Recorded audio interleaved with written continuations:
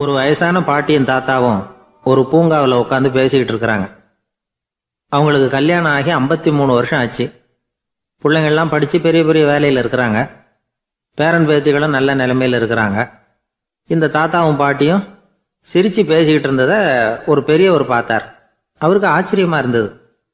இந்த வயசுலேயும் இவ்வளவு அந்யோன்யமாக இவங்க பேசிக்கிட்டு இருக்கிறாங்களே அப்படின்னு நினச்சார். சரி, நேரிலேயே கேட்டுருவோமே அப்படின்னு நினச்சிக்கிட்டு கிட்ட போனார். உங்கள் மன வாழ்க்கையின் வெற்றிக்கான ரகசியம் என்ன அப்படின்னு கேட்டார்.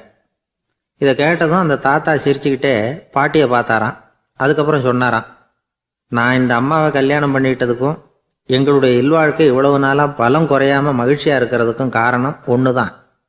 அது என்ன காரணம்னா, எங்களுக்கு இடையில பொதுவாக நிறைய குறைகள் உண்டு, அதுதான் காரணம் அப்படின்னாராம். அவர் சொல்கிறது சரிதான் அப்படிங்கிறது மாதிரி அந்த பாட்டியும் அவரை நிமிர்ந்து பார்த்தாங்களாம்.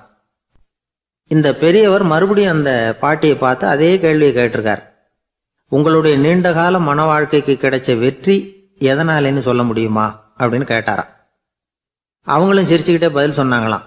என்ன பதில் தெரியுமா? சில பேரை நாம் குறிப்பிட்ட பண்புகளுக்காக நேசிக்கிறோம், வேற சிலரை நாம் அந்த பண்புகள் இல்லாத குறைகளுக்காகவே விரும்பி பழகிறோம் இல்லையா அப்படின்னு கேட்டுவிட்டு தலையை குனிஞ்சுக்கிட்டாங்களாம் அந்த பாட்டியம்மா. அவங்க அப்படி சொன்னதை கேட்டதும் இவருக்கு புதுசாக ஞானம் பிறந்தது மாதிரி இருந்துதான். இதுதான் மனம் நிறைந்த மன வாழ்க்கை அப்படிங்கிறார் சுவாமி சின்மயானந்தர்.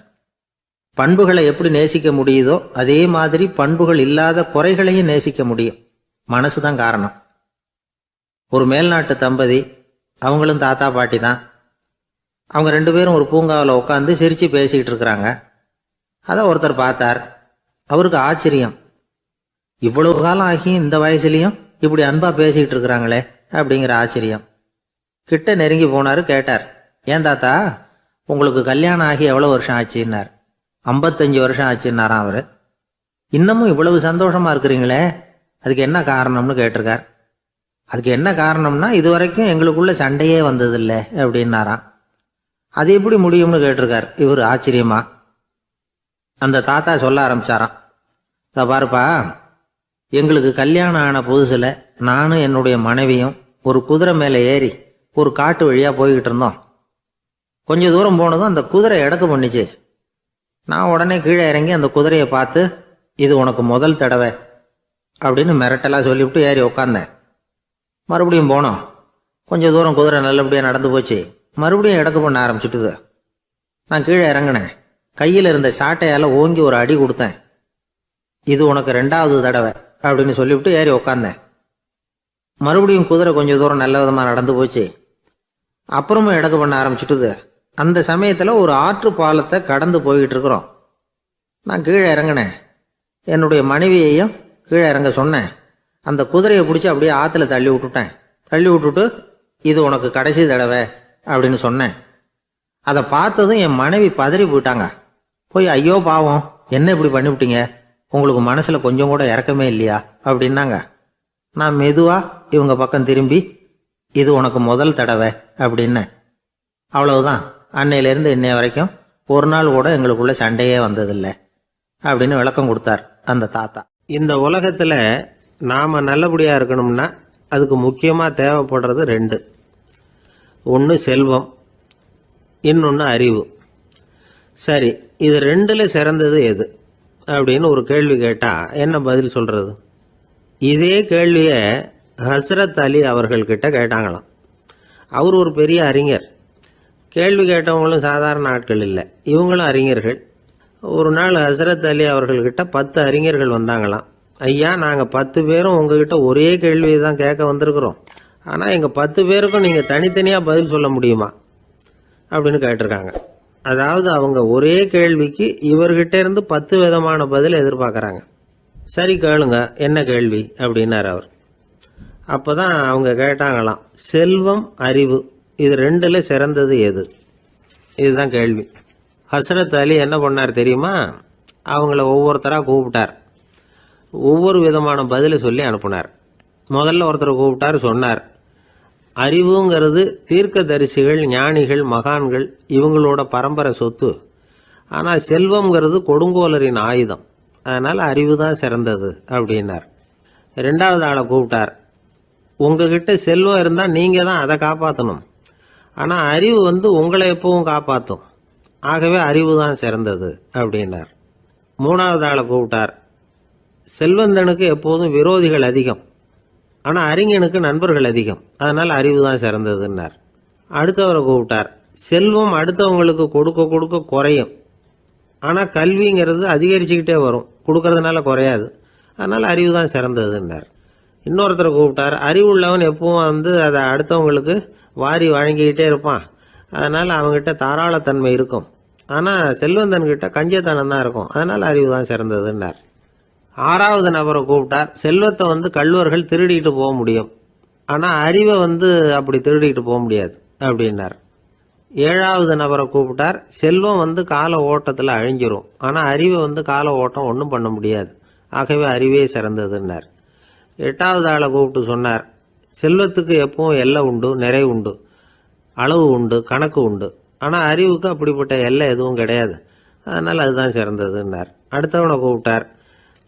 செல்வம் உள்ளத்தில் உள்ள ஒளியை போக்கிவிடும், இருட்டை உண்டாக்கிவிடும், விரிந்த மனப்பான்மையை குறுகலாக்கிவிடும், ஆனால் அறிவு அப்படி இல்லை, இருண்ட உள்ளத்தில் ஒளியை பாய்ச்சி அதை விசாலப்படுத்துது, அதுதான் சிறந்ததுன்னார். கடைசியாக 10வது நபரை கூப்பிட்டார். செல்வம் மனசில் செருக்கை உண்டாக்குது, ஆணவத்தை ஏற்படுத்துது, அதனால் நானே கடவுள்னு நினைக்கிற அளவுக்கு மனுஷனை தாழ்த்தி விடுது, ஆனால் அறிவு பணிவையும் பண்பாட்டையும் வளர்க்குது, அதனால் அறிவு தான் சிறந்ததுன்னார். ஆக இப்படி 10 பேருக்கும் 10 விதமாக பதில் சொன்னது மூலமாக ஹஸ்ரத் அலி அவர்கள் அறிவு தான் செல்வத்தை விட சிறந்தது அப்படிங்கிறதுக்கு 10 காரணங்களை சுட்டி காட்டியிருக்கார். அந்த அறிஞர் 10 பேர் கேட்ட ஒரே கேள்விக்கு 10 பதில் சொன்னார். நமக்கு வேண்டிய ஒருத்தர் 10 பேர் கேட்ட கேள்விக்கு ஒரே பதில் சொல்லி சமாளித்தார். கேள்வி என்ன தெரியுமா? என்கிட்ட வாங்கின கடனை எப்போயா திருப்பி கொடுக்க போகிற? இதுதான் அந்த 10 பேரும் கேட்ட ஒரே கேள்வி. இந்த மாதம் 26ஆம் தேதி தந்துடுறேன் அப்படிங்கிற ஒரே பதில் சொல்லி அவ்வளவு பேரையும் இவர் அனுப்பி வச்சுட்டாராம். எல்லாரும் போனதுக்கப்புறம் இவரை தனியாக கூப்பிட்டு கேட்டிருக்கிறாங்க. அது என்ன சார் கணக்கு, 26ஆம் தேதி அன்னைக்கு என்ன அதிசயம் நடக்க போகுது அப்படின்னு கேட்டிருக்காங்க. அதிசயம் அன்னைக்கு இல்லை, அதுக்கு நாளே நடக்க போகுதுன்னாராம். விவரமாக சொல்லுங்கன்னு இருக்காங்க. வேற ஒன்றும் இல்லைங்க, 26ஆம் தேதி தானே எல்லாரையும் வர சொல்லியிருக்கிறேன், அதுக்கு நாளே நான் புறப்பட்டு தலைமறைவாயிட போகிறேன் அப்படின்னாராம் ரொம்ப பெருமையாக. ஒரு நண்பர் அவசரமாக என்கிட்ட ஓடி வந்தார். அப்புறம் சொன்னார், என்னால் நம்பவே முடியல சார், என் பையனா இப்படி அப்படின்னு சொல்லி ஆச்சரியப்பட்டார். உங்கள் பையன் அப்படி என்ன தான் செஞ்சுட்டான் அப்படின்னு கேட்டேன். என்னால் முடியாத ஒரு காரியத்தை அவன் செஞ்சுட்டான் சார் அப்படின்னார். அது என்னன்னு தான் சொல்லுங்களேன். என்ன 5வது வகுப்பில் அவன் ஒரே தடவையில் தேறிட்டான் சார், அதாவது ஒரே அட்டம்ப்டில் பாஸ் ஆகிருக்கான் அப்படின்னார் மூச்சு வாங்க. கஷ்டப்பட்டு பரீட்சை எழுதுனது அவன், இவருக்கு ஏன் மூச்சு வாங்குது? நம்மால் செய்ய முடியாத ஒரு காரியத்தை இன்னொருத்தர் செய்யும் பொழுது அது நமக்கு ஆச்சரியமாக இருக்குது. சர்க்கஸ் பார்க்குறோம், ஒருத்தர் அந்த இடத்துல தொங்குறார், அது நமக்கு ஆச்சரியம், ஏன்னா அது நம்மால் முடியாத காரியம். நம்மால் முடியாத ஒன்றை அடுத்தவர் எளிதாக செய்யும் பொழுது நாம் மருள்வது இயற்கை. இதை தான் தொல்காப்பியம் மருட்கை அப்படின்னு சொல்லுது. இந்த வியப்பு இருக்குதே, இது 4 வகையில் ஏற்படுறதாக தொல்காப்பியம் சொல்லுது. அது என்ன 4 வகை? முதல் வகை எப்படின்னா புதுமையான அரிய செயல்களை செய்கிறது. 2வது வகை என்னென்னா பெரும் செயல்களை செய்கிறது. 3வது வகை என்னென்னா மிக நுட்பமான செயல்களை செய்கிறது. 4வது வகை என்னென்னா ஆக்கம் தரும் செயல்களை செய்கிறது. புதுமை, பெருமை, சிறுமை, ஆக்கமோடு மதினம் சாலா மருட்கை 4 அப்படிங்கிறது தொல்காப்பியம். இன்றைக்கி விஞ்ஞானம் புதுசு புதுசாக எதையோ கண்டுபிடிக்குது. ஆரம்பத்தில் அது ஆச்சரியமாக இருக்குது, அப்புறம் அது நமக்கு பழகி போயிடுது. வானொலி பெட்டி புதுசாக வந்தப்போ ஒரு பெட்டி பேசுதுங்கிறது எவ்வளோ பெரிய ஆச்சரியம். இப்போ யாரும் அதை ஆச்சரியமாக பார்க்குறதில்ல. மதினம் சாலா மருட்கை அப்படின்னு ஒரு சொற்றொடர் வருது பாருங்க, அதில் கருத்தாழம் உண்டு. எதை பற்றியும் போதுமான அளவு புரிந்து கொள்ளாத போது ஒருத்தர் ஆச்சரியப்படுறார். புரிந்து கொண்ட பிறகு ஆச்சரியம் மறைஞ்சு போயிடுது. மிக நுட்பமான செயல்களும் நம்ம ஆச்சரியப்பட வைக்கும். ஒரு அரிசியில் ஒரு திருக்குறள் எழுதி காட்டுறாங்க, ஒரு முட்டை ஓட்டுக்குள்ளே ஓவியம் தீட்டி காட்டுறாங்க. கருங்கல் சிற்பங்களில் எவ்வளவு நுட்பமான வேலைப்பாடுகளை எல்லாம் பார்த்து ஆச்சரியப்படுறோம். இது மாதிரி ஆக்கப்பூர்வமான அரிய செயல்களை செய்கிறது கூட வியப்பை உண்டு பண்ணும். குப்பை கூலங்களை கூட வாழ்க்கைக்கு பயன்படுகிற பொருளாக மாற்றுகிறவர்கள் இருக்காங்க. அவர்களுடைய செயல் வியப்பு அளிக்குது. இடைக்காட்டு சித்தர் பாடின மூவடி 30ங்கிற நூலில் வர்ற ஒரு பாடல், ஆற்றல் பிறர் அறிதலின் அகம் கிளர்வு உறுதலின் கற்று அறி பாணர் கழுமிய கோடலின் தோற்றம் உருகவே போற்றல் சால் வியப்பே. ஒருத்தருடைய ஆற்றல் தெரியாமல் இருந்தது, அவருடைய அரிய செயலை பார்க்கும் பொழுது வியப்பாக இருந்தது, மனசுக்குள்ள கிளர்ச்சி. பாவலர்கள் இவர்களுடைய புகழை பாடி மற்றவர்களும் தெரிந்து கொள்ளுமாறு செய்கிறார்கள். அப்படிங்கிறது தான் ஒரு யதார்த்தமான உண்மை. ஆக எல்லா வகையிலும் மக்கள் தங்களுடைய வாழ்க்கையில் முன்னேறுவதற்கான வழிகாட்டுகிற ஒரு மெய்ப்பாடு தான் வியப்புங்கிறது. இந்த காலத்தில் நம்ம எப்படியெல்லாம் ஆச்சரியப்பட வைக்கிறாங்க. ஒரு ஆளை பிடிச்சி ஜெயிலில் கொண்டு வந்தாங்க. ஜெயில் அதிகாரி அவனை ரொம்ப ஆச்சரியமாக பார்த்தாரான். இவன் கேட்டான், ஏன் சார் அப்படி பார்க்குறீங்க, நான் இப்போ இங்கே வர்றது உங்களுக்கு ஆச்சரியமாக இருக்குதா அப்படின்னு கேட்டிருக்கான். இதுக்கு ஜெயில் அதிகாரி சொல்லியிருக்கார், நீ இப்போ இங்கே வந்ததில் எனக்கு ஒன்றும் ஆச்சரியம் இல்லைப்பா, ஏற்கனவே நீ இங்கேருந்து விடுதலையாகி போய் 6 மாதம் ஆச்சு, இவ்வளவு லேட்டாக வர்றியே அதுதான் எனக்கு ஆச்சரியமாக இருக்குது அப்படின்னாராம். தானத்தில் சிறந்தது எது அப்படின்னு ஒரு கேள்வியை கேட்டு, தானத்தில் சிறந்தது நிதானம் அப்படின்னு அதுக்கு ஒரு பதிலும் சொல்கிறவங்க உண்டு. நிதானம் ரொம்ப அவசியம், அதுவும் இன்றைய உலகத்துக்கு ரொம்ப அவசியம். இன்றைக்கி உலகம் ரொம்ப பரபரப்பாக போய்கிட்டு இருக்குது. பொறுமையாக இருக்கணும்னு நினைக்கிறவங்களால கூட அப்படி இருக்க முடியறதில்ல. பொறுமையை சோதிக்கிறது மாதிரி பல சம்பவங்கள், அதையெல்லாம் சந்திச்சே தீர வேண்டியிருக்குது.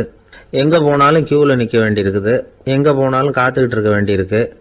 ஆஃபீஸ்லேயோ வீட்லேயோ கூட நீங்கள் நிதானமாக பொறுமையாக நடந்துக்க தெரியலன்னா உங்களுக்கு சிடுமூஞ்சி, முசுடு இப்படிலாம் பேர் வச்சுருவாங்க. அது உங்களுக்கு தேவையா? சரி, வாழ்க்கையில் பொறுமைசாலின்னு பேர் வாங்கிறதுக்கு என்ன வழி? முதல் பாயிண்ட், நீங்கள் நினைக்கிறது, எதிர்பார்க்கறது, செய்யறது எல்லாமே 100% கரெக்டாக நடக்கணும்னு ஆசைப்படக்கூடாது. எதுவாக இருந்தாலும் அதில் ஓரளவுக்கு தவறு நடக்கலாம் அப்படிங்கிறத எதிர்பார்த்தே இருக்கணும். ஓரளவுக்கு அதை அனுமதிக்கணும். ஒரு நண்பரை 6 மணிக்கு ஒரு இடத்துக்கு வர சொல்லியிருக்கிறீங்க, 6 மணிக்கு அவர் வரலை, உடனே பொறுமை இழந்து நடந்துக்கக்கூடாது. ஒரு 10 நிமிஷம் டிலே ஆகலாம். ஒரு வர்ற வழியில் பஸ்ஸு கூட ஏதாவது டிராஃபிக்கில் மாட்டியிருக்கலாம். அதெல்லாம் எதிர்பார்த்தே கொஞ்சம் காத்திருக்கிறதுல ஒன்றும் தப்பு இல்லை. சில சமயம் டிலே ஆகிறது கூட நல்லதாக முடியும். ஒரு பஸ்ஸை தவற விட்டுட்டு, ஐயோ கொஞ்சம் ஒரு 2 நிமிஷம் முன்னாடி வந்திருந்தா பிடிச்சிருக்கலாமே அப்படின்னு தவிச்சிக்கிட்டு இருப்பாங்க சில பேர்.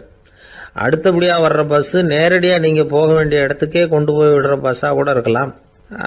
அது உங்களுக்கு முன்னாடி தெரியாதுல்ல. சில நெருக்கடியான சூழ்நிலைகளை தமாஷா எடுத்துக்கிறதுக்கு பழகிக்கணும். சில இடங்களுக்கு போகிறப்ப காத்திருக்கிறதுக்கு நம்ம மனசை தயார்படுத்திக்கிட்டே போகணும். ஒரு ரயிலுக்கோ பஸ்ஸுக்கோ அல்லது விமானத்துக்கோ கப்பல் பிரயாணத்துக்கோ போகிறப்போ அங்கே போய் நீங்கள் மணிக்கணக்கில் கூட காத்துக்கிட்டு தான் இருக்கணும். புறப்படுற நேரம் கூட மாறலாம். நீங்கள் போய் சேர்ந்ததும் அது உடனே புறப்படணும்னு கட்டாயமாக என்ன? அது மாதிரி சமயத்தில் படிக்கிறதுக்குன்னு சில சுவாரஸ்யமான புத்தகங்களையும் கையில் எடுத்துக்கலாம். உங்களை சுற்றி எவ்வளவோ சுவாரஸ்யமான சம்பவங்கள் நடந்துக்கிட்டு இருக்குதுல்ல, அதையெல்லாம் வேடிக்கை பாருங்கள். எதுக்காக காத்துக்கிட்டு இருக்கிறோமோ அந்த காரியத்தில் உண்மையாகவே நமக்கு ஒரு அக்கறை இருந்தால் நமக்கு போர் அடிக்காது. சில கோயில்களில் பார்த்துருப்பீங்க, தரிசனத்துக்காக பக்தர்கள் நாள் கணக்கில் காத்துக்கிட்டு இருப்பாங்க. அவங்களெலாம் அழுத்துக்கிறது இல்லை. ஆண்டவனை தரிசிக்கணுங்கிற உண்மையான அக்கறை இருக்கிறதுனால அவங்களுக்கு போர் அடிக்கிறது இல்லை. ஆனால் சில சினிமா தியேட்டரில் கூட பார்க்கலாமே, சினிமா கியூ கூட அப்படி தான். சாயந்தரம் 6 மணி ஆட்டத்துக்கு காலம்பரம் 6 மணிக்கே போய் கூட காத்துக்கிட்டு இருப்பாங்க. அவங்களுக்கெல்லாம் போர் அடிக்காது, படம் பார்க்குற ஆர்வம். இன்னொரு முக்கியமான விஷயத்தை நாம் பழக்கப்படுத்திக்கணும். லிவ் ஃபார் தி மூமெண்ட் அப்படிங்கிறாங்க நிபுணர்கள். ரொம்ப பேர் எப்படின்னா அடுத்தபடியாக நடக்க போகிற விஷயத்திலேயே கவனமாக இருப்பாங்க. அந்த நினைப்புலேயே இந்த நிமிஷத்தை பொறுமை இல்லாமல் கழிப்பாங்க. ஒருத்தர் இருக்கார், அவர் எப்படின்னா ஆஃபீஸ் முடியறதுக்குள்ளேயே சார் 5 மணிக்கெல்லாம் ரெடியாக இருங்க, நாம் அந்த ஹோட்டலில் போய் டிஃபன் சாப்பிட்ணும் அப்படின்னு 4 மணிலேருந்து சொல்லிகிட்டு இருப்பார். 4:55 பரபரப்பாக ஓடி வருவார். 2 பேரும் புறப்படுவோம், ஹோட்டலுக்கு போவோம், சாப்பிட்டுக்கிட்டு இருப்போம். அப்படி சாப்பிட்டுட்டு இருக்கிறப்ப சார் சாப்பிட்டு முடித்ததும் நேராக ஒரு ஜவுளி கடைக்கு போகிறோம் அப்படிம்பார். பரபரக்க சாப்பிட்டு முடிப்பார், புறப்படுவார். ஜவுளி கடையில் அவசரமாக சீக்கிரம் பில் போடுங்க சார், சினிமாவுக்கு நேரம் ஆகிடும்பார். சினிமா தியேட்டரில் உட்காந்து அடுத்தபடியாக எங்கே டின்னர் சாப்பிட்றதுன்னு யோசனை பண்ணிகிட்டு இருப்பார். ராத்திரி படுக்கையில் விழுந்ததுக்கு அப்புறமும் நாளைக்கு காலையில் எழுந்திரிச்சதும் அதை பண்ணணும் இதை பண்ணணும்னு திட்டம் போட்டுக்கிட்டே இருப்பார். அதாவது எப்பவும் அடுத்த நிமிஷம், அடுத்த நாள், அடுத்த வாரம், அடுத்த வருஷம், இதுதான் அவங்க சிந்தனை. இந்த நிமிஷம் என்ஜாய்மெண்ட்டை அவங்க இழந்துடுறாங்களாம்.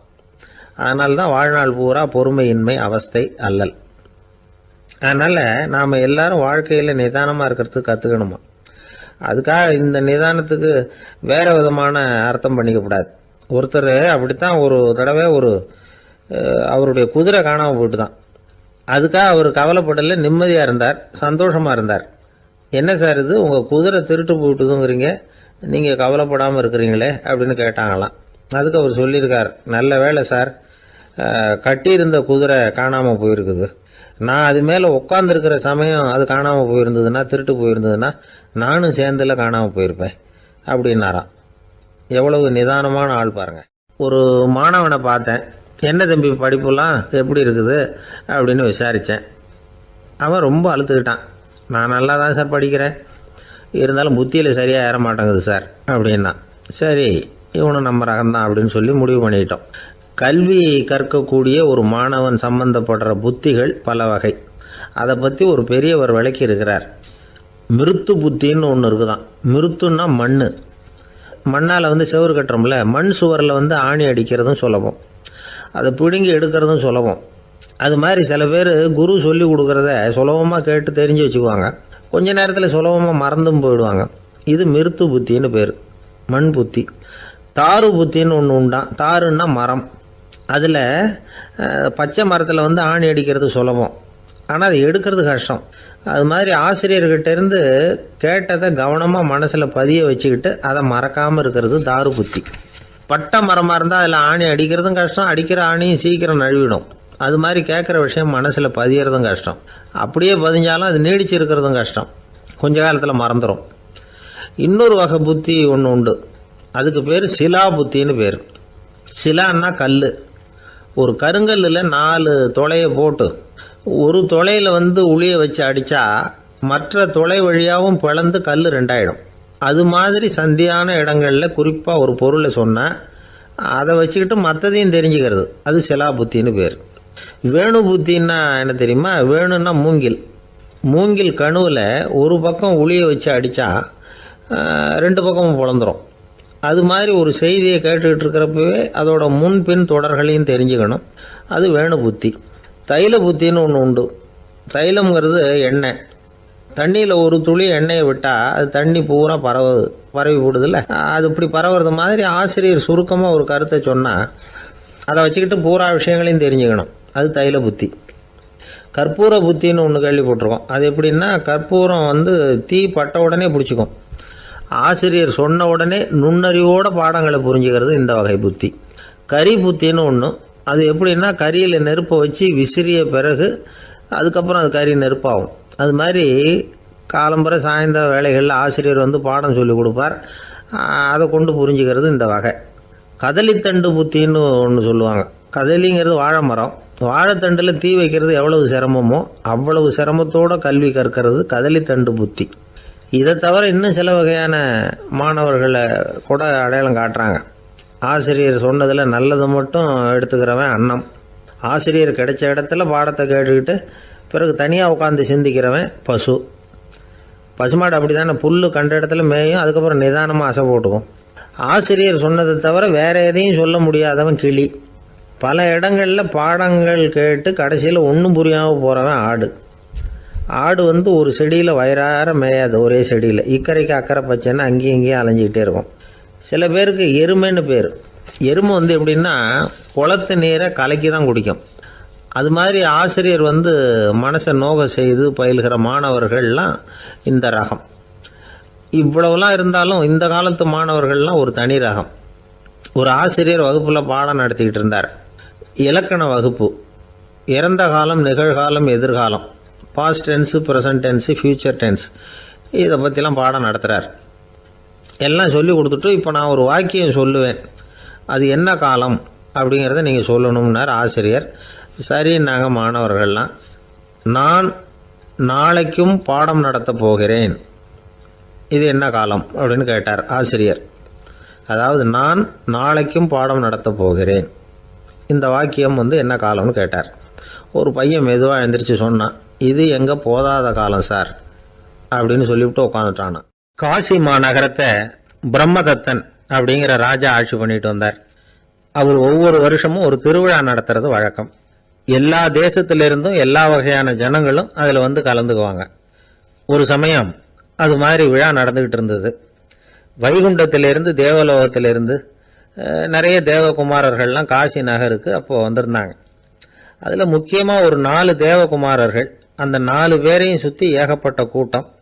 அப்படி என்ன விசேஷம் அவங்கக்கிட்ட அப்படின்னா, மற்றவங்களை விட அவங்க முகம் அழகாக இருந்ததா அப்படி பார்த்தா அப்படியும் இல்லை. அவங்க அணிஞ்சிருந்த மலர் மாலைகள் தான் அதுக்கு காரணமாக. அந்த மலர்கள்லேருந்து அப்படி ஒரு அபூர்வமான நறுமணம். இதுக்கு முன்னாடி இப்படி ஒரு நறுமணத்தை அந்த ஊர் ஜனங்க அனுபவிச்சதே இல்லை. அதுதான் அந்த 4 பேரையும் சுற்றி கூட்டம். எல்லாரும் கேள்வி கேட்க ஆரம்பித்தாங்க. உடனே அந்த 4 தேவகுமாரர்களும் எல்லாருக்கும் தெரியும்படியாக வானத்தில் எழும்பி கொஞ்சம் உயரமாக நின்றுக்கிட்டாங்க. கீழே நின்றுக்கிட்டு இருந்த அரசன்லேருந்து ஆண்டி வரைக்கும் ஒருத்தர் பாக்கி இல்லாமல் ஒரே குரலில் எல்லாரும் அவங்கள பார்த்து, எங்களுக்கும் இது மாதிரி மாலையை போட்டுக்கணும்னு ஆசையாக இருக்குது, அதுக்கு நீங்கள் தான் அருள் பண்ணணும் அப்படின்னு கேட்டுக்கிட்டாங்க. மாலை போட்டுக்கிறதுனா எல்லாருக்கும் ஆசையாக தானே இருக்கும். அந்த 4 தேவகுமாரர்களில் ஒருத்தர் புத்தர் பிரான். அவர் சொன்னார், பூலோகவாசிகளே, நான் சொல்கிறத கொஞ்சம் பொறுமையாக கேளுங்க. கக்காரு அப்படிங்கிற கற்பக விருஷத்தின் மலர்களால் தொடுக்கப்பட்டது இந்த மாலை. இதுக்கு நிறைய சக்தி உண்டு. எந்த காலமும் இது வாடாது, வாசனையும் குறையாது. ஆனால் இதை அணிந்து கொள்றதுக்கு சில தகுதிகள் தேவை அப்படின்னார். என்ன தகுதி அது சொல்லுங்களேன் அப்படின்னு ஏக காலத்தில் எல்லாரும் சத்தம் போட்டாங்க. தீய இயல்புகள் உள்ளவங்க, இழிந்த சிந்தனை, இழிந்த செயல் உள்ளவங்க இந்த மாலையை அணிய முடியாது அப்படின்னார். அவ்வளோதான். கூட்டத்தில் சத்தம் போட்டவங்கள்லாம் மெதுவாக அப்படி அடங்க ஆரம்பிச்சிட்டாங்க. இன்னொரு தேவகுமாரன் சொன்னார், அடுத்தவங்க பொருளை அபகரிக்காதவன், அடுத்தவங்களுக்கு கெடுதல் பண்ணக்கூடிய பொய் பேசாதவன், பேராசையினால் கெட்ட வழியில் பொருள் ஈட்ட நினைக்காதவன் இந்த மாலையை போட்டுக்கலாம் அப்படின்னார். கூட்டத்திலிருந்து யாரும் முன்னுக்கு வரல. ஒரே ஒரு ராஜகுரு மட்டும் கொஞ்சம் முன்னாடி வந்தார். பெரியவர், படித்தவர். அவர், எனக்கு தகுதி இருக்குது அந்த மாலையை போட்டுக்கிறதுக்கு அப்படின்னார். வேற ஒன்றும் இல்லை, பொய் சொல்லியாவது அந்த மாலையை வாங்கிக்குவோமே அப்படின்னு முடிவு பண்ணிட்டார் அவர். அவ்வளோதான், மாலையை வாங்கிட்டார். அடுத்த தேவகுமாரன் பேசினார். யாருக்கு திடமான அறிவும் மனமும் இருக்குதோ, யாருக்கு நல்ல காரியங்களில் அசையாத ஈடுபாடு இருக்குதோ, நல்ல அரிய பொருள்களை தனியாக தான் மட்டும் அனுபவிக்க விரும்பாதவர் யாரோ அவர் முன்னாடி வந்து இந்த மாலையை வாங்கிக்கலாம் அப்படின்னார். அந்த தகுதியும் எனக்கு இருக்குன்னார் ராஜகுரு. மாலையை வாங்கி போட்டுக்கிட்டார். இன்னொரு ராஜகுமாரன் பேச ஆரம்பித்தார். அறநெறியில் செல்வம் சேர்க்கணும், ஆடம்பர பொருள்களுக்கு அடிமையாகக்கூடாது, வெற்றி அடைஞ்சாலும் கர்வம் வரக்கூடாது, அப்படிப்பட்டவங்க இந்த மாலையை போட்டுக்கலாம்னார். துணிஞ்சு பொய் சொல்லி அதையும் வாங்கி கழுத்தில் போட்டுக்கிட்டார் இந்த ராஜகுரு. இன்னொரு ராஜகுமாரன் சொன்னார், சான்றோர்களை நிந்திக்காதவங்க, புறம் பேசாதவங்க இந்த மாலையை போட்டுக்கலாம்னார். அதையும் வாங்கி போட்டுக்கிட்டார். திருவிழா முடிஞ்சுது, எல்லாரும் திரும்பி போயிட்டாங்க. மறுநாள் ராஜகுரு 4 மாலைகளையும் போட்டுக்கிட்டு ராஜசபைக்கு வரார். வந்தவர் ரொம்ப அவஸ்தையோடு வர்றார். மாலையெல்லாம் வாடி போயிட்டுது, வாசனை எதுவும் கிடையாது. அது மட்டும் இல்லை, அவருக்கு கடுமையான தலைவலி வேற வந்துட்டுது. துடிச்சு போயிட்டார். மாலையை கழட்டவும் முடியல. ஜனங்கள்லாம் அவரை பார்த்து சிரிக்க ஆரம்பிச்சிட்டாங்க. என்னத்துக்கு ஆசைப்படணும், ஏன் இப்படி கஷ்டப்படணும் அப்படின்னு. ராஜா பார்த்தார். மறுபடியும் விழாவுக்கு ஏற்பாடு பண்ணினார். தேவகுமாரர்கள்லாம் வந்தாங்க. ராஜகுரு வந்தார். மக்கள் முன்னிலையில் அவங்க காலில் விழுந்தார், மன்னிப்பு கேட்டுக்கிட்டார். இந்த மாலையை போட்டுக்கிற தகுதி எனக்கு இல்லை. தகுதி இல்லாத ஒருத்தன் தகாத தகுதியை பொய் மூலம் பெறணும்னு ஆசைப்படுறாங்களே, அவங்களுக்கெல்லாம் என்னுடைய தண்டனை ஒரு எச்சரிக்கையாக இருக்கட்டும்னார். அதுக்கப்புறம் தேவகுமாரர்கள் அவர் கழுத்தில் இருக்கிற மாலையை கழட்டினாங்களாம். அந்த மாலைகளும் பழையபடி மனம் கொடுக்க ஆரம்பிச்சுட்டு தான். இதுலேருந்து நாம் தெரிஞ்சுக்க வேண்டியது என்னென்னா, நமக்கு தகுதி இல்லாத ஒரு கௌரவம் நம்மக்கிட்ட தானாக வந்தால் கூட அதை தவிர்த்து விடுறது தான் நல்லது. அதுதான் புத்திசாலித்தனம். ஒருத்தர் வந்தார், சார் எங்கள் இலக்கிய மன்ற விழாவுக்கு நீங்கள் தலைமை தாங்கணும்னார். உடனே இவர் சொன்னார், பேச்சாளர், சார் இலக்கியத்தை பற்றி பேசுகிற தகுதி எனக்கு இல்லையே அப்படின்னார். உடனே அவர் கூப்பிட வந்தவர் சொன்னார், அந்த தகுதி உங்களுக்கு இல்லைங்கிறது எங்களுக்கும் தெரியும் சார், அதனால தான் உங்களை தலைமை தாங்க கூப்பிடுறேன் அப்படின்னார். அது சரி, தலைமைன்னா அதுக்கு இவர் என்னதான் அர்த்தம் பண்ணுறாருன்னு தெரியல. ஒரு ஆள் அசையாமல் கிடக்கிறார், அவர் இருக்காரா போயிட்டாராங்கிறத எப்படி முடிவு பண்ணுறோம்? அவர் மூக்குக்கு முன்னாடி புறங்கையை வச்சு பார்க்குறோம், மூச்சு வருதா இல்லையா அப்படிங்கிறத கண்டுபிடிக்கிறதுக்காக. மூச்சுங்கிறது அவ்வளவு முக்கியமான ஒரு விஷயம். சுவாசம் இல்லைன்னா எதுவுமே இல்லை. நம்ம பூமி இருக்கே அது கூட சுவாசிக்குதுங்கிறத சோவியத் விஞ்ஞானிகள் கண்டுபிடிச்சிருக்கிறாங்க. பூமிக்கு மேல இருக்கிற மண் அடுக்குல காற்றுல உள்ள ஆக்சிஜன் ஆக்சிகரணம் அடையுது அப்படின்னு தான் இதுவரைக்கும் எல்லாரும் நம்பிக்கிட்டு இருந்தாங்க. ஆனா இப்ப என்ன கண்டுபிடிச்சிருக்கிறாங்கன்னா, அந்த ஆக்சிஜன் பூமிக்குள்ள 1 கிலோமீட்டர் ஆழம் வரைக்கும் ஊடுருவி போகுதான். பூமிக்குள்ள 2 பக்கமும் பல கிலோமீட்டர் வரைக்கும் பரவுதான். பூமிக்குள்ள இருக்கிற நீர்நிலை அடுக்குகள் தான் நுரையீரல் செய்யற வேலையை செய்யுதான். நம்ம உடம்புல நுரையீரல் இல்லைன்னா ஒன்றும் நடக்காது. ஒரு மரத்தை தலைகீழா தொங்க போட்டா எப்படி இருக்கும் அப்படி யோசிச்சு பாருங்க. அப்படித்தான் இதுவும் நுரையீரலும் அப்படித்தான் இருக்கும். வலது பக்கம் ஒன்று, இடது பக்கம் ஒன்று. வலது பக்கம் நுரையீரல் கொஞ்சம் பெருசாக இருக்கும். நுட்பமான நரம்பு குழாய்கள் அதில் இருக்கும். கோடிக்கணக்கான நுண்ணிய குழாய்களை வச்சுக்கிட்டு தான் அது வேலை செய்யுது. 25 கோடி குழாய்கள் இருக்கும். அதை அப்படியே முழுசாக பிரித்து பரப்புனா ஒரு டென்னிஸ் கோர்ட்டில் பாதி பரப்பளவு இருக்குமா. நுரையீரல் நிறம் கருஞ்சிவப்பு தான். புகை அதிகமாக உள்ளே போச்சுன்னா அது கருப்பாயிடுது. காற்றுல உள்ள பிராணவாயுவை இது இழுத்து எடுத்துக்கிட்டு ரத்தத்தை சுத்தப்படுத்துகிற முக்கியமான வேலையை இது செய்யுது. அசுத்த காற்றை வெளியில் அனுப்பி வச்சுருது.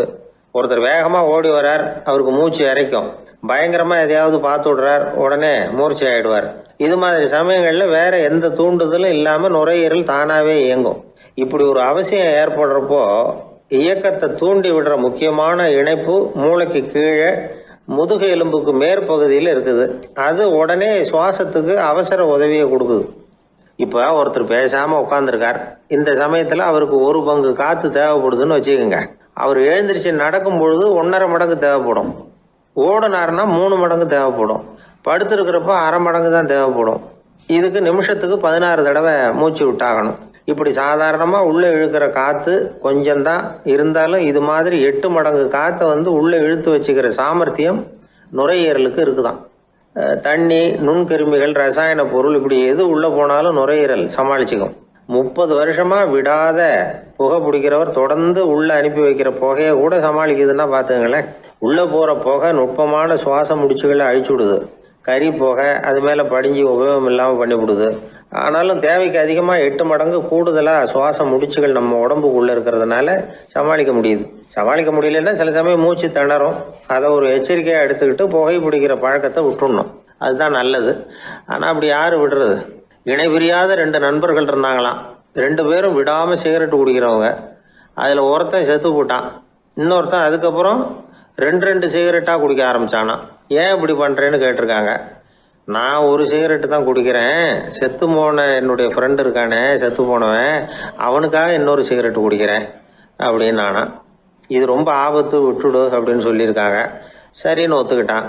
ஆனால் அதுக்கப்புறமும் 1 சிகரெட் வீதமாக குடிச்சிக்கிட்டே இருந்தான். சிகரெட்டு பழக்கத்தை நீ இன்னும் விடலையான்னு கேட்டாங்களாம். அந்த பழக்கத்தை நான் எப்போ விட்டுட்டேன், இப்போ நான் குடிக்கிறது என் ஃப்ரெண்டுக்காக அப்படின்னு நானா. இவங்கெல்லாம் எப்படி திருந்துறது? நான் கணக்குல ரொம்ப வீக்கு சார் அப்படின்னு சொல்லிக்கிறதுல நம்மள பல பேர் வெக்கப்படுறதில்ல. நம்ம மூளை கணக்கு போட எப்பவும் தயாரா தான் இருக்குது. ஆனா அதை நாம சரியா உபயோகப்படுத்துறது இல்லை. அதுதான் விஷயம். கம்ப்யூட்டர் வந்த பிறகு இன்னமும் சௌகரியமா போச்சு. கணக்கு போடுற வேலையெல்லாம் அதுகிட்ட ஒப்படைச்சிட்டோம். கம்ப்யூட்டரை விட வேகமா மனுஷனால கணக்கு போட முடியுமா அப்படின்னா முடியுமா. ஆனா முடியும்னு நிரூபிச்சு காட்டினவங்க இந்த உலகத்துல ஒரு 10-20 பேர் தான். ஒரு பென்சிலோ காகிதமோ இல்லாம 17 இலக்க எண்களை கூட கூட்டி கழிச்சு பெருக்கி வகுக்கிறாங்க. நீங்க பிறந்ததுல இருந்து இந்த வினாடி வரைக்கும் எவ்வளவு காலம் ஆயிருக்குது அப்படின்னு கேட்டா அதை நொடிகள்ல சொல்றாங்க. ஒரு புஸ்தகத்தை கொடுத்து படிக்க சொல்லி அதுல மொத்தம் எத்தனை எழுத்து இருக்குது அப்படின்னு கேட்டா கரெக்டா சொல்லி போடுறாங்க. இப்படிப்பட்ட திறமைசாலிகள் இந்த உலகத்துல இருக்கதான் செய்யறாங்க. அது சரி, அவங்களால மட்டும் அது எப்படி முடியுது? இதுக்கு சரியான விளக்கத்தை இதுவரைக்கும் யாரும் சொல்லல. இந்த கணக்கு புலிகள், கணித மேதைகள் எப்படி அவ்வளவு பெரிய கணக்கெல்லாம் போடுறாங்கன்னு கேட்டா அதுக்கு யாராலையும் சரியான விளக்கம் கொடுக்க முடியல. ஆனா அவங்க எல்லாம் கொஞ்சம் கூட அலட்டிக்காம கணக்கு போட்டு சொல்லி விடுறாங்க. இவ்வளவுக்கும் அவங்க கணக்கு கல்வியை முறையா கத்துக்கிட்டவங்களா அப்படின்னு கேட்டா அதுவும் கிடையாது. சோவியத் ஆய்வாளர் ஒருத்தர் முதல் தடவையா இது சம்பந்தமா ஆச்சரியமான ஒரு முடிவை சொல்லி இருக்கிறார். அவர் என்ன சொல்றாருன்னா, கம்ப்யூட்டர்களையே தோக்கடிக்கக்கூடிய வேகத்துல கணக்கு போடுகிற திறமையுள்ள மூளை இயற்கையிலேயே சில பேருக்கு மட்டும்தான் இருக்குங்கிறது சரியில்லை. இந்த உலகத்துல பிறந்த எல்லாருடைய மூளைக்குள்ளேயும் ஒரு கம்ப்யூட்டர் மூளை இருக்குது அப்படிங்கிறார் அவர். நம்ம கிட்ட இருக்கிற சாதாரண மூளைக்கு அபாரமான திறமை இருக்குதான். இப்போ உதாரணத்துக்கு ஒரு மாமரத்துல உச்சி கிளையில ஒரு நல்ல மாங்காயை பாக்குறோம். ஒரு கல்லை எடுத்து குறி பார்த்து வீசுறோம். ஒரு தடவை இல்லைன்னா கூட இன்னொரு தடவை கரெக்டா பார்த்து அடிச்சு விடுறோம். மாங்காய் கைக்கு வந்துடுது. இது சாதாரணமா எல்லாரும் செய்யக்கூடிய ஒரு காரியம். இதுல கவனிக்க வேண்டியது என்னன்னா, கண் இமைக்கிற நேரத்துக்குள்ள மனுஷ மூளை அந்த கல்லோட எடை, மாங்காய் இருக்கக்கூடிய உயரம், தூரம், எரிய வேண்டிய விசையின் அளவு, வேகம் எல்லாத்தையும் கணக்கு போட்டு சொல்லிவிடுது. அதுக்கப்புறம் தான் கல்லை வீசுறோம். நம்ம அறியாமலேயே நமக்குள்ள நடக்கிற ஒரு அதிசயம் இது. மனுஷன் படைச்ச கம்ப்யூட்டரால இவ்வளவு சிக்கல் நிறைந்த விஷயத்தை இவ்வளவு சீக்கிரத்துல கணக்கு போட முடியாதான். அதனால்தான் மனித மூளைக்குள்ள ஒரு கம்ப்யூட்டர் மூளை, அதாவது கணக்கு போடுகிற மூளை இருக்குது, அது இயங்குது அப்படிங்கறத அதுல இருந்து புரிஞ்சுக்க முடியும்னு சொல்றாங்க. இத உயிர் கம்ப்யூட்டர் அப்படின்னு சொல்லலாமா, பயோ கம்ப்யூட்டர். இயற்கை என்ன பண்ணி இருக்குதுன்னா, இந்த உயிர் கம்ப்யூட்டர் விசைய அணைச்சு விட்டு உணர்வு மூளையின் செயல்பாட்டை திறந்து விட்டுருக்கு. அதனால உணர்வு மூளையை உபயோகிக்கிற மனுஷன் தன்னுடைய இயற்கை திறமையை மறந்துட்டு தானே வளர்த்துக்கிட்ட திறமையின் மூலமா சிந்திக்க ஆரம்பிச்சான். இந்த இயற்கையின் உயிர் கம்ப்யூட்டர் விசை அணைக்கப்படாம சில பேருக்கு இருந்துருது. அவங்கதான் கணித மேதைகள். அவங்களுக்கெல்லாம் உயிர் கம்ப்யூட்டருக்கும் உணர்வு மூளைக்கும் தொடர்பு ஏற்பட்டிருக்கு. இப்ப இந்த தொடர்பை எல்லாருக்கும் ஏற்படுத்துறதுக்கு ஒரு வழியை கண்டுபிடிச்சிட்டோம்னு வைங்க, அதுக்கப்புறம் நாம எல்லாருமே கணித மேதைகள் தான், கணக்கு புலிகள் தான். அது வரைக்கும் நாம இப்படியே இருந்துட வேண்டியதுதான். நம்மால் ஒருத்தன் மாங்காய் அடிச்ச கதை தெரியுமா உங்களுக்கு? ஒரு மரத்து உச்சியில ஒரு மாங்காயை பார்த்தான். உடனே அவனுடைய மூளை கல்லோட எடை, மாங்காய் இருக்கிற உயரம், எரிய வேண்டிய வேகம் எல்லாத்தையும் ஒரு நொடியில கணக்கு போட்டு சொல்லிவிட்டுது. அடிச்சான், மாங்காய் விழுந்துட்டுது. இருந்தாலும் அவன் தன்னுடைய மூளையை நொந்துகிட்டான். மோசமான மூளைன்னா ஏண்டான்னு கேட்டோம். என்னுடைய மூளை எல்லாத்தையும் சரியா கணக்கு போட்டு சொல்லிவிட்டுது, இருந்தாலும் ஒரு விஷயத்த என்கிட்ட சொல்லாம விட்டுட்டுது அப்படின்னா. என்னத்தேன்னு கேட்டோம். அந்த தோட்டத்துக்கு சொந்தக்காரன் என் பின்னாடி 10 அடி தூரத்துலதான் நின்றுகிட்டு இருக்கிறாங்கிறத எனக்கு கணக்கு போட்டு அது சொல்லாம விட்டுட்டுது அப்படின்னா. முதுவை தடவிக்கிட்டேன். அப்பா, மின்சார பல்பு ஃபீஸா போயிட்டுது, வேற ஒண்ணு வாங்கி மாட்டணும் அப்படின்னா பையன். சரி, போய் புதுசா ஒண்ணு வாங்கிட்டு வாடா அப்படின்னு காசு கொடுத்தாரு அப்பா. இவன் ஓடி போய் வாங்கிட்டு வந்தான். அப்பா கிட்ட கொடுத்தான். அவர் மாட்டினார். அதுக்கப்புறம் அவரை பார்த்து ஒரு கேள்வி கேட்டான். ஏன்பா, இந்த பல்பு ஏன் உடைய மாட்டேங்குது அப்படின்னா. இது என்னடா கேள்வி, நாம கீழே போடல அதனால உடையலன்னார். அப்பாவோட புத்திசாலித்தனம் அவ்வளவுதான். ஆனா பையன் கேட்டது அந்த அர்த்தத்துல இல்ல. ஒரு மின்சார பல்பு குமிழின் கண்ணாடி இருக்குல்ல, அதோட கனம் எவ்வளவு இருக்கும்? ஒரு 1/2 மில்லிமீட்டர் அவ்வளவுதான் இருக்கும் அந்த கனம். அவ்வளவு மெலிசா இருக்கிற ஒரு கண்ணாடி குமிழ இந்த ஹோல்டர்ல மாற்றம் நம்ம விரலால அழுத்தி புடிச்சு திருக வேண்டியிருக்கு. அந்த சமயத்துல அப்படி செய்யறப்ப அது உடையறது இல்ல. நம்ம விரலோட அழுத்தத்தை தாங்கி நிற்கிற அளவுக்கு அதுக்கு பலம் எங்க இருந்து வந்தது? இதுதான் பையன் கேட்ட கேள்வியோட அர்த்தம். இந்த காலத்து பிள்ளைங்களுக்கு விஞ்ஞான அறிவு அதிகம், அதனால இப்படி எல்லாம் கேள்வி கேட்பாங்க. அப்பாவுக்கு தெரியுதா இல்லையான்னு சோதிக்கிறதுக்காக கூட இப்படி கேட்பாங்க. இந்த மாதிரி சோதனைக்கெல்லாம் இந்த காலத்து அப்பாக்கள் தயாரா இருக்கணும். இல்லன்னா பையன் அலட்சியமா நினைச்சிருவான். மின்சார பல்பு கண்ணாடி மெலிசா இருந்தாலும் நாம அழுத்தி பிடிக்கிறப்போ அது உடையாம இருக்கிறதுக்கு காரணம், நாம இயற்கையோட ஒரு தத்துவத்தை அதுல பயன்படுத்தி இருக்கிறோம். அது என்ன இயற்கையின் தத்துவம்? அதுதான் முட்டை ஓட்டு தத்துவம். இது இயற்கை உருவாக்குன ஒரு தத்துவம். ஆதி காலத்திலேயே இயற்கை இந்த தத்துவத்தை உருவாக்கி விட்டது. அதாவது பறவைகளோட முட்டை ஓடு எப்படி இருக்கு, அதோட கனம் எவ்வளவு இருக்கும்?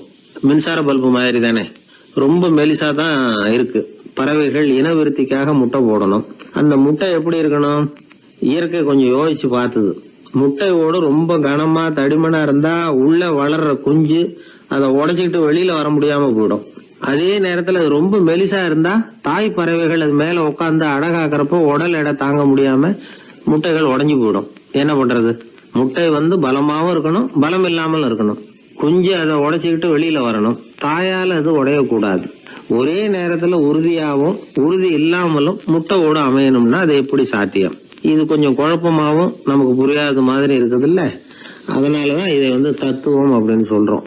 முட்டை ஓட்டு தத்துவம் இயற்கை கண்டுபிடிச்ச ஒரு அபூர்வமான அமைப்பு. அதுதான் முட்டை வடிவம். இது தாய் பறவை சுலபமா முட்டை போடுறதுக்கு ஏற்ற ஒரு வடிவம். முட்டை சதுர வடிவமா இருந்தா அதை போடுறதுக்கு எவ்வளவு கஷ்டம். அப்புறம் அது மேல செலுத்தப்படுகிற அழுத்தம் 4 பக்கமும் பரவி விடுது. அதனால அந்த அழுத்தத்துக்கு பலம் குறைஞ்சிருது. குறிப்பிட்ட சிறு பரப்புல அளவுக்கு அதிகமா விசை செலுத்தப்படுறது இல்ல. அதனால முட்டையோட வடிவம் தான் அந்த உறுதிக்கு காரணம். இது எப்பேற்பட்ட தத்துவம். இதுதான் மின்சார பல்பு செய்யறப்போ நாம காப்பி அடிச்சிருக்கிறோம். பொதுவா வகுப்புல காப்பி அடிச்சாதான் முட்டை போடுறது வழக்கம். நாம முட்டையே காப்பி அடிச்சிருக்கிறோமே, இது எப்பேற்பட்ட காப்பி. ஒரு ஆசிரியர் வகுப்புல பசங்களை பார்த்து ஒரு கேள்வி கேட்டாராம். கோழி முட்டை இடுமா, முட்டை போடுமா அப்படின்னு கேட்டாராம். ஒரு பையன் எந்திரிச்சு பதில் சொல்லியிருக்கிறான். கோழி முட்டை இடும், முட்டை போடாது அப்படின்னு சொல்லியிருக்கான். இவன் ஏன் போடாதுன்னு கேட்டாராம் ஆசிரியர். போட்டா உடஞ்சிரும் சார் அப்படின்னு பையன். ஒரு ஆளு வேகமா நடந்து போய்கிட்டு இருந்தான்.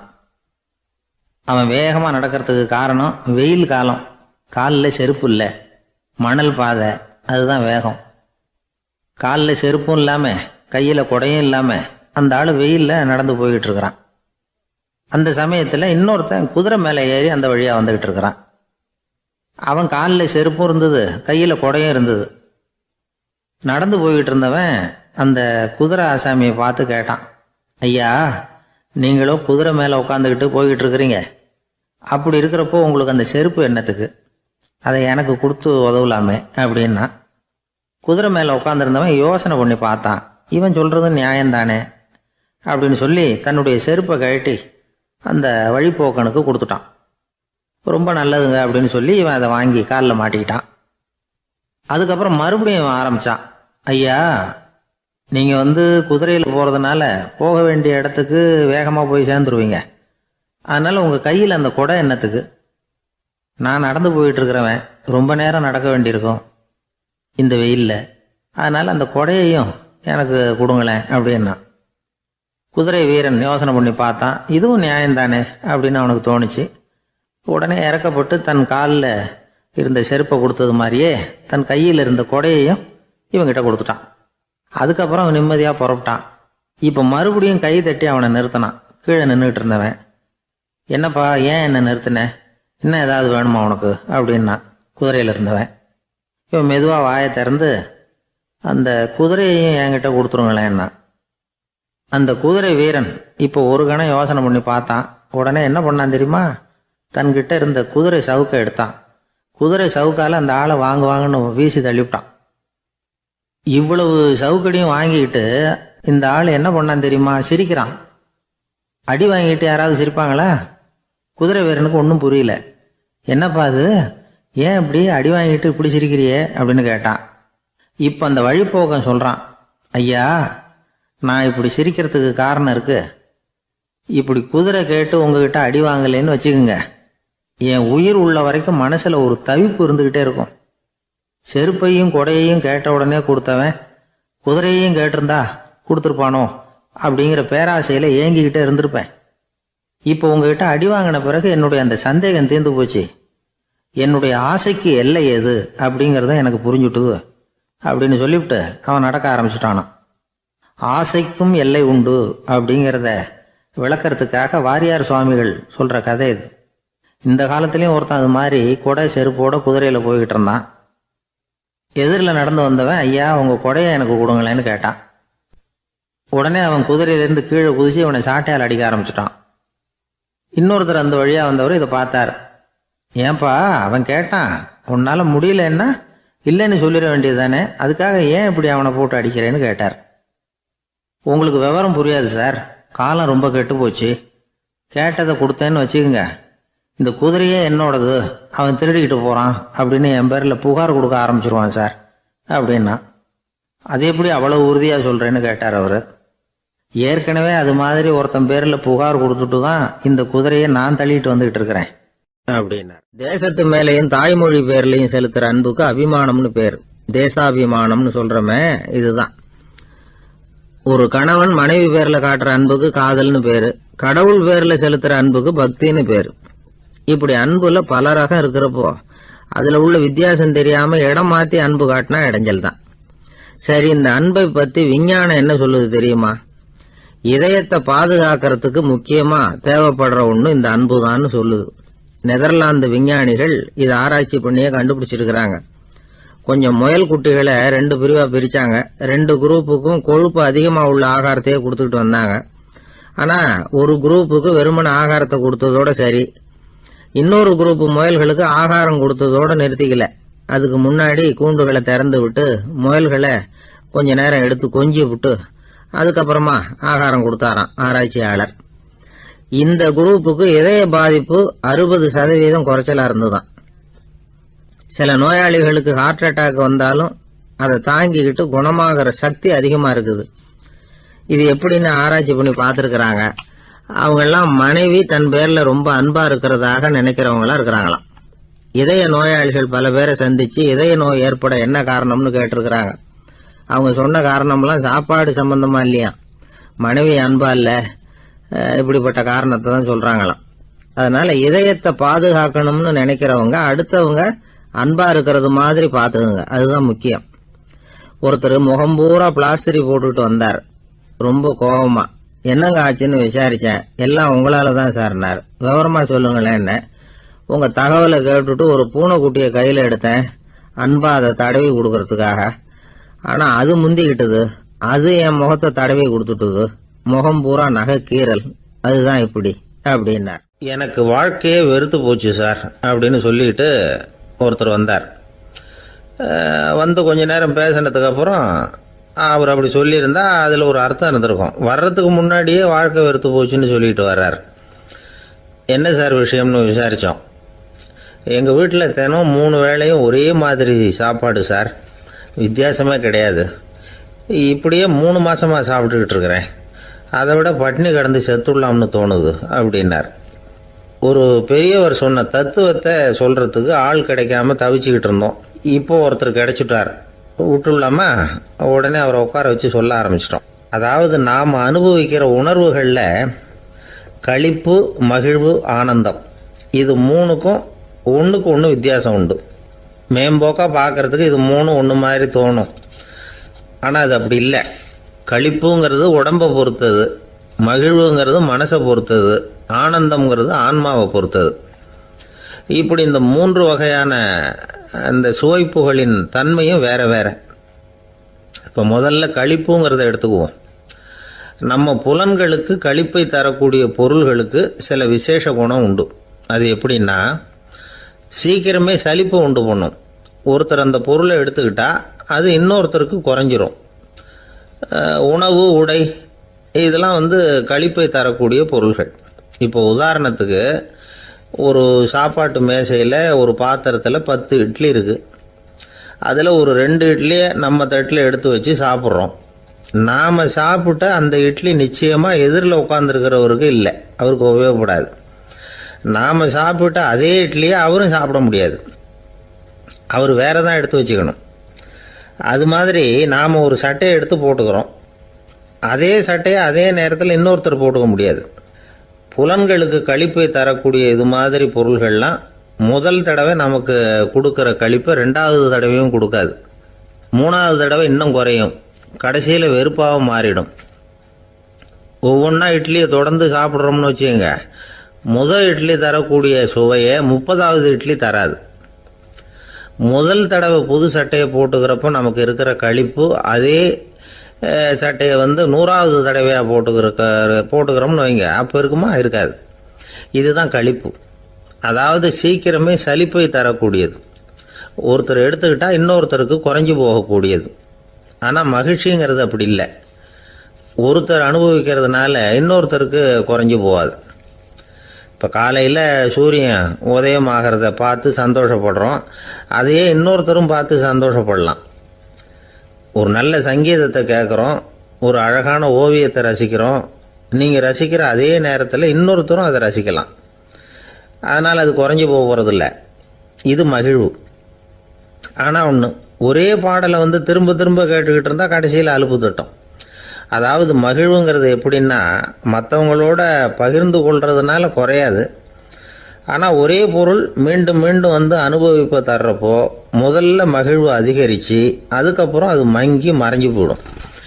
இதுதான் அந்த மகிழ்வுங்கிறதுக்கு இலக்கணம்.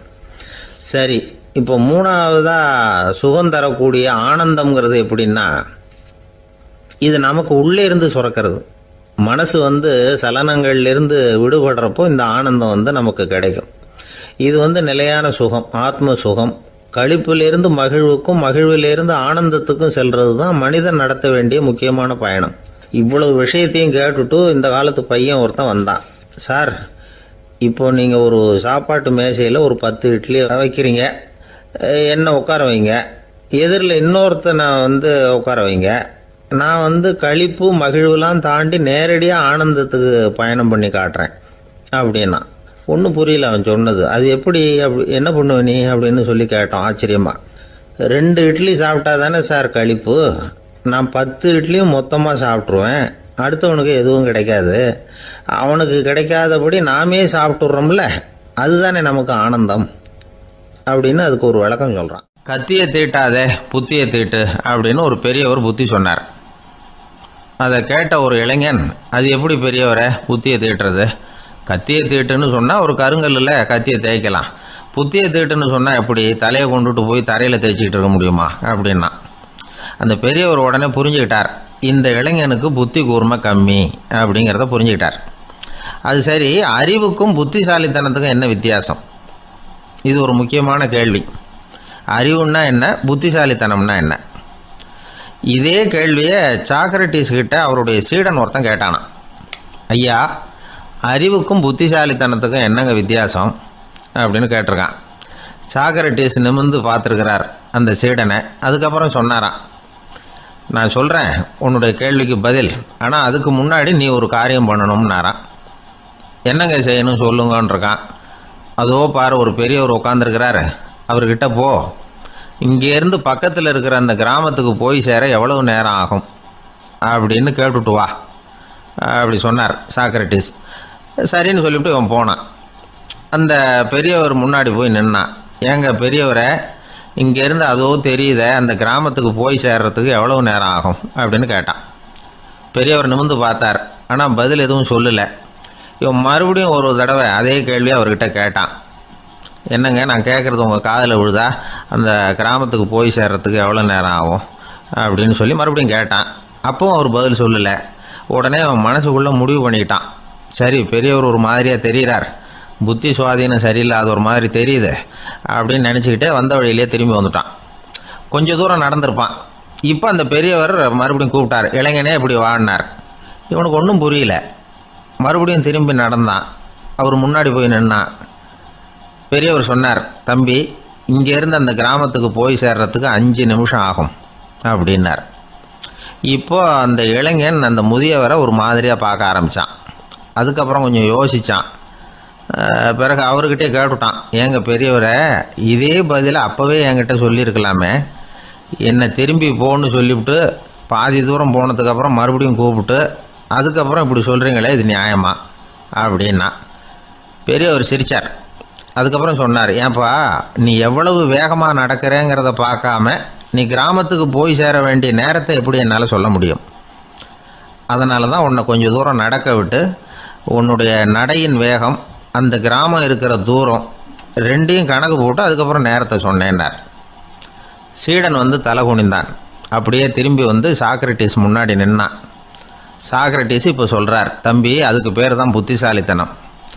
இந்த அறிவு கூர்மை வந்து எல்லா இளைஞர்களுக்கும் வரணும் அப்படிங்கிறதுக்காகத்தான் கத்தியை தீட்டாதே புத்தியை தீட்டு அப்படின்னு பெரியவங்கள்லாம் சொல்லிகிட்டு இருக்கிறாங்க. புத்தியை தீட்டுறவங்கெல்லாம் வாழ்க்கையில் அறிவாளியாகிறாங்க, தீட்டாதவங்க கோமாளியாகிறாங்க. இதுதான் இன்றைக்கி நடக்கிறது. அதனால் அறிவு கூர்மைங்கிறது வேற.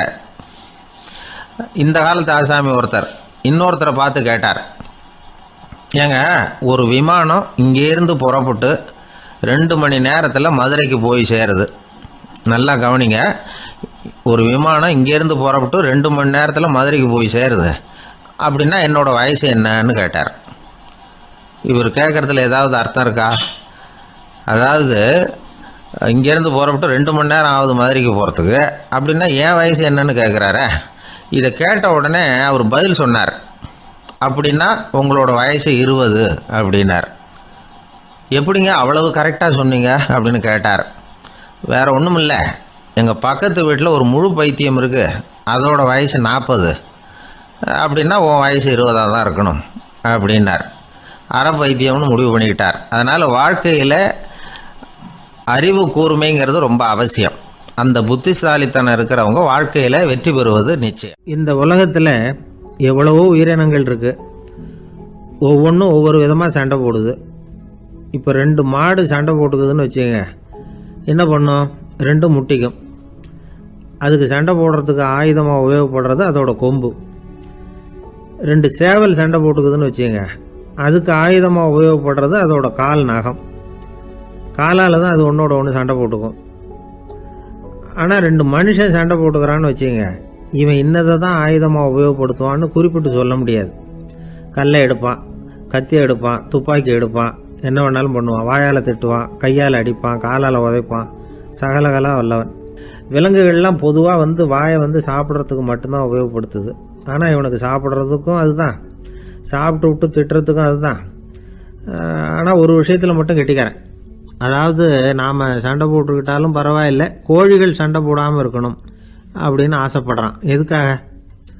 கோழிகள் சண்டை போடாமல் இருந்தால் நிறைய முட்டைகள் போடுமா, அதுக்காக தான் இந்த அக்கறை. கோழி பண்ணை வச்சிருக்கிறவங்களுக்கு இது ஒரு பெரிய பிரச்சனை.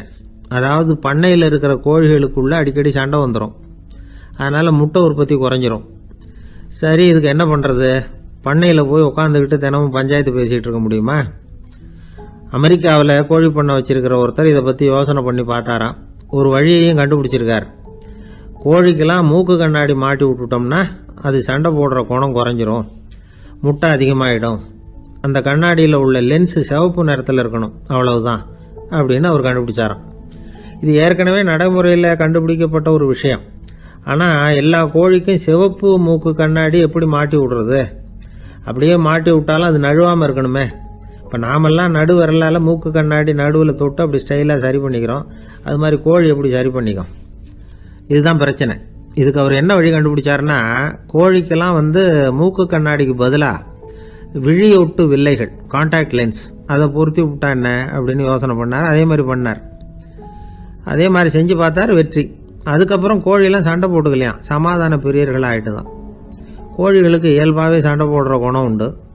ஆனால் அதோட கண்ணுக்கு பார்க்குற பொருள்லாம் ரோஜா நிறத்துலையோ அல்லது இன்னும் சொல்ல போனால் அழுத்தமான சிவப்பு நிறத்துலையோ தெரிஞ்சதுன்னா சண்டை போடுற குணம் குறைஞ்சிருதான். அந்த சமயத்தில் அது அதிகமாகவும் முட்டையிட ஆரம்பிச்சுடுதான். அதே நேரத்தில் இறை எடுக்கிறத கூட குறைச்சிக்குதான். இது ஏன் இப்படி பண்ணுதுங்கிறது விஞ்ஞானிகளுக்கு இன்னமும் புரியலையா. எப்படியோ அமெரிக்க கோழிகள்லாம் கான்டாக்ட் லென்ஸ் பொருத்திக்க ஆரம்பித்தாச்சு. கோழி கழுத்தை பிடிச்சிக்கிட்டு ஒரு சில வினாடிகளில் அதை பொருத்தி போடுறாங்களாம். கோழியோட ஆயுள் பூரா அது அப்படியே இருக்குமா. பண்ணையில் முட்டை உற்பத்தி குறைஞ்சா இது மாதிரி விஞ்ஞானபூர்வமாக பரிகாரம் தேடுறது தான் நல்லது. நமக்கு வேண்டியப்பட்ட ஒருத்தர், அவர் ஒரு கோழி பண்ணை வச்சுருந்தார். அந்த பண்ணையில் பாதி கோழி திடீர்னு செத்து போச்சு. உடனே ஒரு கால்நடை மருத்துவர்கிட்ட போக வேண்டியது தானே, அங்கே போகல. உள்ளூரில் மந்திரம் பண்ணிகிட்டு இருந்த ஒரு சாமியார்கிட்ட போனார். அவர் காலில் விழுந்தார். சாமி, என் பண்ணையில் பாதி கோழி செத்து போட்டுதுன்னார். சாமியார் யோசனை பண்ணார். சரி, பண்ணையில் வாசப்படி கிழக்கு பக்கமாக வச்சுருக்கியா மேற்கு பக்கமாக வச்சுருக்கியான்னு கேட்டார். கிழக்கு பக்கமாக இருக்குன்னார் அவர். அதுதான் தப்பு, மேற்கு பக்கமாக அதை மாற்று, சரியாக போடும்னாராம். அதே போல் இவர் போய் மாற்றிவிட்டார். அப்பவும் பாதி செத்து போச்சு. மறுபடியும் சொன்னார், சாமி மறுபடியும் பாதி கோழி செத்து போட்டுதேன்னார். சரி, கூரை எப்படி போட்டிருக்க, ஓடு போட்டிருக்கியா இல்லை கீத்து போட்டிருக்கியான்னார். ஓடு போட்டிருக்கேன்னாராம் அவர். அதுதான் தப்பு, அதை கீத்து போட்டுரும், சரியாக போடும்னாராம். சரின்னு போய் அதையும் மாற்றி பார்த்தார். மறுபடியும் போயிட்டுது, கோழி செத்து போச்சு. வந்தார், மறுபடியும் பாதி செத்து போச்சு சாமின்னு வந்தார். இவரும் யோசனையை மாற்றி மாற்றி சொல்லிகிட்டே இருக்கிறார். இப்படி அவரும் மாற்றி மாற்றி பார்த்தார். 6வது தடவையாக அவரை தேடிட்டு வந்தார். அந்த சமயத்தில் இவர் ரொம்ப தீவிரமாக யோசனை பண்ணி பார்த்துட்டு, அது சரிப்பா, நீயும் என்கிட்ட சளைக்காமல் வந்துக்கிட்டு இருக்கிற, நானும் யோசனை சொல்லிகிட்டு இருக்கேன். இப்போவும் உங்ககிட்ட சொல்கிறதுக்கு என்கிட்ட யோசனை நிறையா இருக்குது, ஆனால் சோதிக்கிறதுக்கு உங்ககிட்ட கோழி இல்லையே, என்ன பண்ணுறது அப்படின்னாராம் இவர். ஒருத்தர் அவசரமாக போய்கிட்டு இருந்தார். எங்கே போய்கிட்டு இருக்கீங்க அப்படின்னு கேட்டார் ஒரு பெரியவர். கடைக்கு போகிறேன் சார், சாமான் வாங்கிறதுக்கு அப்படின்னார். அங்கே போகிறதுக்கு முன்னாடி தெரிஞ்சிக்க வேண்டியதெல்லாம் தெரிஞ்சுக்கிட்டீங்களா அப்படின்னு கேட்டார் பெரியவர்.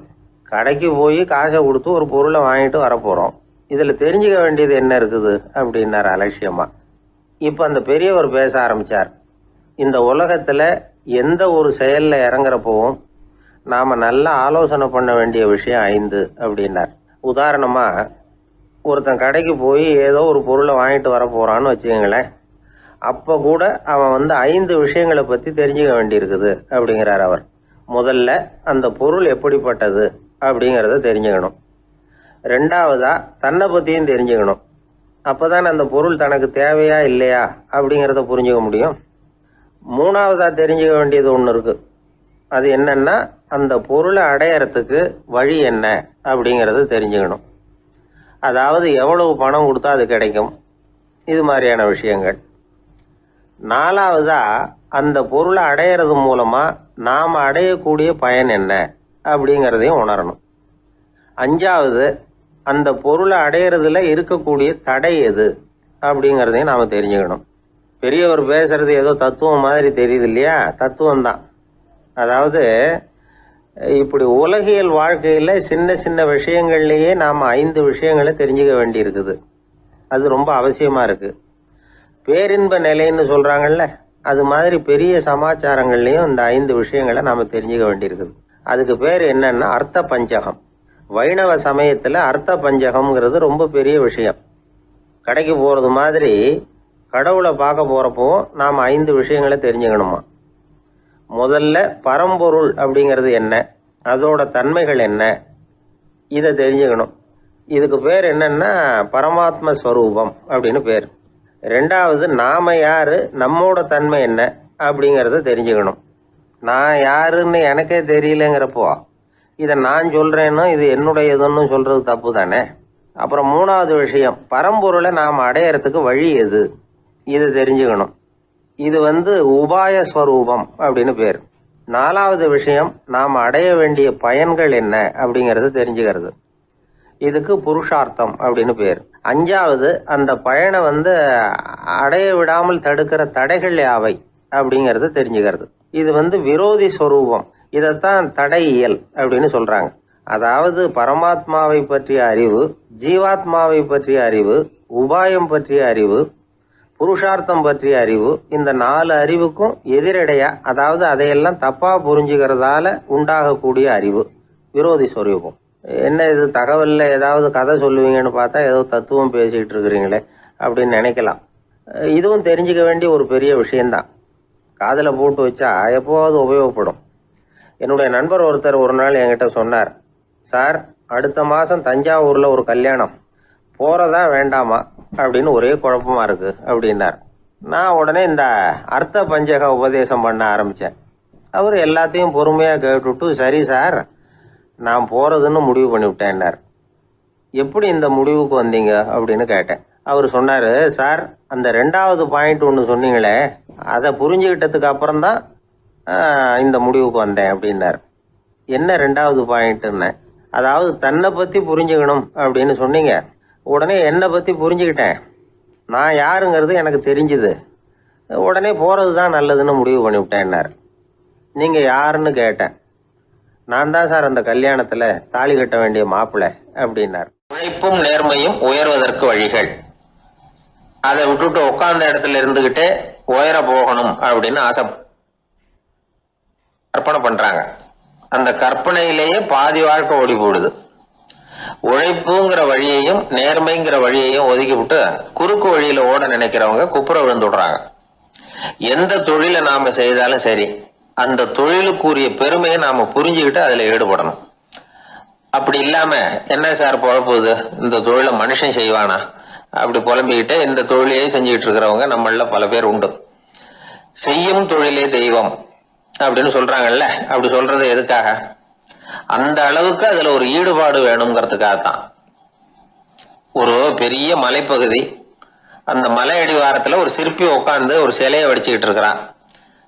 கையில ஒரு சின்ன உளிய வச்சுக்கிட்டு ஒரு பெரிய கருங்கல் பாறையை கொஞ்சம் கொஞ்சமா உடைச்சுக்கிட்டு இருக்கான். ஒரு சிற்பத்தை வடிக்கிறதுங்கிறது அவ்வளவு உன்னதமான ஒரு தொழிலா? எல்லாராலையும் முடியுமா அது? அப்படி இருந்தும் அந்த சிற்பிக்கு மன நிறைவில்லை.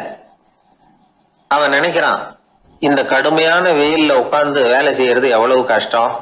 நாம ஒரு சிற்பியா இருக்கிறதுனால தானே சூரியன் கடுமையான வெப்ப கதிர்களை நம்ம மேல வீசுறான்.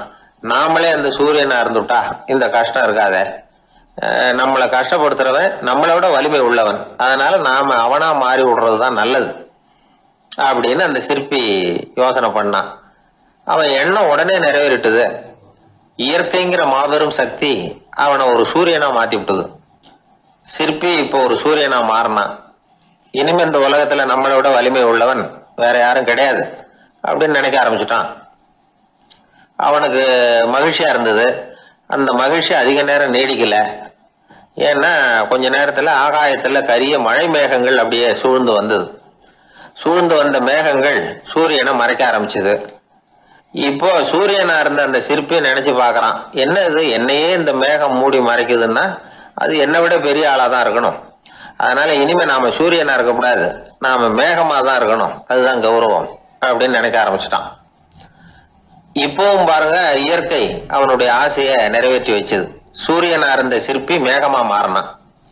வான வீதியில அப்படியே உல்லாசமா வர ஆரம்பிச்சான். அந்த உல்லாசமும் அதிக நேரம் நீடிக்கல. எதிரில் பார்த்தா பிரம்மாண்டமான மலைகள் வழியை அடைச்சிட்டு நிக்குது. வேகமா வந்த மேகம் மலையில மோதிக்கிட்டுது. அந்த மலையை தாண்டி அப்பால செல்ல முடியல. இப்போ அந்த மேகம் நினைக்குது, நாம எந்த தடையும் இல்லாம அந்த இடத்துல மிதந்து வர்றோம், நம்மையே போக விடாம தடுக்குதுன்னா அந்த மலைக்கு எப்பேற்பட்ட வலிமை இருக்கணும். இனிமேலும் நாம மேகமா இருந்து பிரயோஜனம் இல்லை, இருந்தா மலையா இருக்கணும், அதுதான் பெருமை அப்படின்னு நினைக்க ஆரம்பிச்சான். இப்பவும் பாருங்க, இயற்கை அவனுடைய ஆசையை நிறைவேற்றி வச்சது.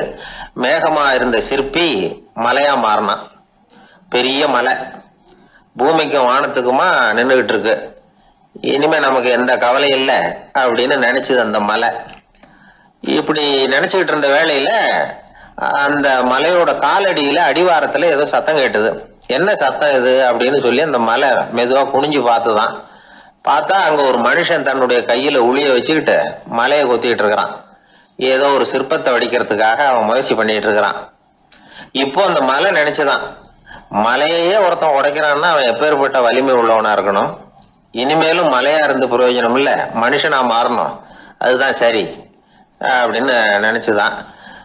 அந்த வினாடியே அந்த மலை ஒரு மனுஷனா மாறிச்சு. அவன் கையில ஒரு உளி, பழையபடியே ஒரு கருங்கல் பாறைய கொத்த ஆரம்பிச்சான். அந்த ஆள் பழைய நிலைமைக்கு வந்துட்டான். இந்த கதையிலிருந்து நாம தெரிஞ்சுக்க வேண்டியது என்னன்னா, தன்னுடைய உண்மையான பலம் என்னங்கிறது தெரியாமலே தாவி தாவி தடுமாறிக்கிட்டு இருக்கிறான் மனுஷன் அப்படிங்கிறது தான். இனிமேலாவது அதை புரிஞ்சுக்கணும், புரிஞ்சுக்கிட்டு புறப்படணும் வாழ்க்கையில வெற்றி பெறறதுக்கு. ஒரு குடும்ப தலைவருக்கு விபரீதமா ஒரு ஆசை வந்துதான்.